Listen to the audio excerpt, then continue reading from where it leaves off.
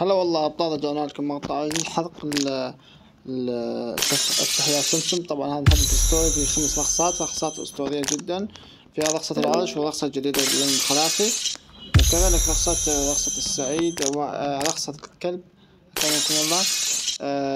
في هذا الحدث الأسطوري أصدقاء مثل ما تشاهدون قاعد نحرق، وإن شاء الله نحصل على رقصات الميثك، رقصة اللون الأحمر النيون الجديدة، طبعا من الرقصات الجميلة جدا والرقصات الجديدة.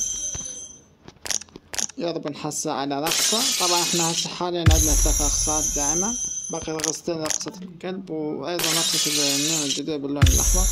طبعا هاي الفتحات كل 10 فتحات يعطونك 50 جوهرة، تصرف 200 جوهرة يعطونك 50 جوهرة، أي بما يقارب 150 صرف. فتحنا كثير بس بالنت ما حصلنا على أي رقصة تقريبا.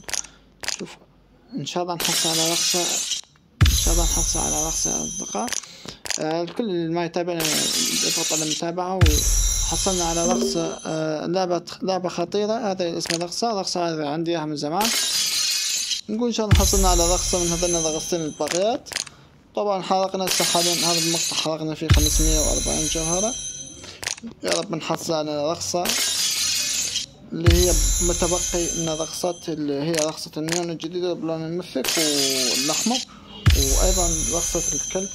طبعا مثل ما ذكرت انه كل ما تصرف 200 جوهرة يعطونك 50 جوهرة، كل 10 لفات او كل 10 فتحات، يعني كل بوابة كل 10 فتحات يعطونك 50 جوهرة. أصدقاء ما حصلنا على